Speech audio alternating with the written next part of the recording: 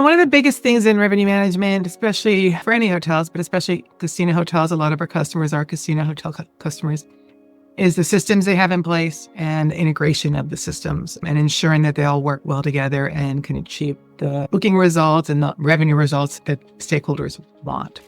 So that's probably the number one critical item, is selecting the right systems.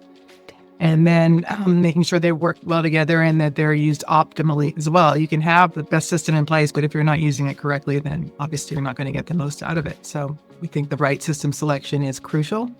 And then once that's accomplished, it's really a matter of ensuring you have the right levers in place to yield demand so that you're able to maximize revenue. And when we work with clients, whether it's a new property or an existing hotel that wants to revamp their revenue management, our strategy is, of course, setting the right direction, but really rolling our sleeves up and getting involved and making sure we can help implement practices and really working side by side with customers and not just giving guidance, but actually going in and doing the work. So it's a big part of how we like to work with clients and make sure that they get the most out of the systems they've selected. It's becoming increasingly messy out there in the world of OTAs and trying to get best rates out on the website and making sure customers are booking direct, because that's obviously the most profitable way to have their rooms booked. I think there is a tendency to want to over-rely on OTAs. I did write a white paper about that. In many cases now with metasearch and Google Hotel Finder, especially Google, but even some of the other metasearch sites, if you have a good placement with your own property booking engine in the right areas, you may not need to rely on OTAs as much. Of course, that can vary by market. Certain markets, it's really tough not to be active on OTAs, but in some less major markets, for example, it may not be the right strategy to have all OTAs in play. I've advised clients in some cases not to use OTAs, where it might be better for them to just focus on metasearch strategy instead. So I think there can be a tendency to over-rely on OTAs. A lot of that comes down to systems in place and whether or not the right systems are able to do the upsells at the right moments.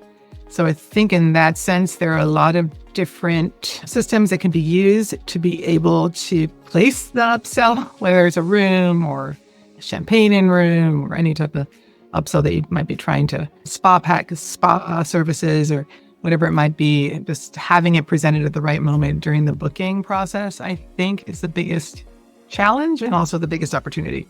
And understanding the worth of ancillary spend. And one thing with casino clients, especially, that is a huge part of the strategy, is understanding the expected worth of the guest. It's a little trickier when it comes to other areas, but with the casino in particular, you have to know what to expect from that guest before you offer them a rate or a comp or whatever it might be.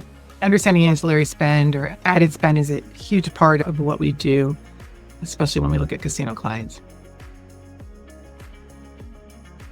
The main opportunity for casino hotels when it comes to yielding is having the ability to yield dynamically, is being able to use dynamic pricing and having a revenue management discipline in place. So not using blocks or fixed offers, which tend to be what a lot of casinos can rely on, but having everything be yieldable and fluid and having the right systems in place to allow you to understand your forecasted demand and ensure you're priced appropriately to maximize revenue. So I would say one key word would be dynamic yielding for casinos. It's different than dynamic pricing a little bit. It's linked, but it's really about making sure that you can yield to every customer, not just your FIT rate, but to all your casino customers as well. And that, again, goes back to understanding the expected worth of the customer.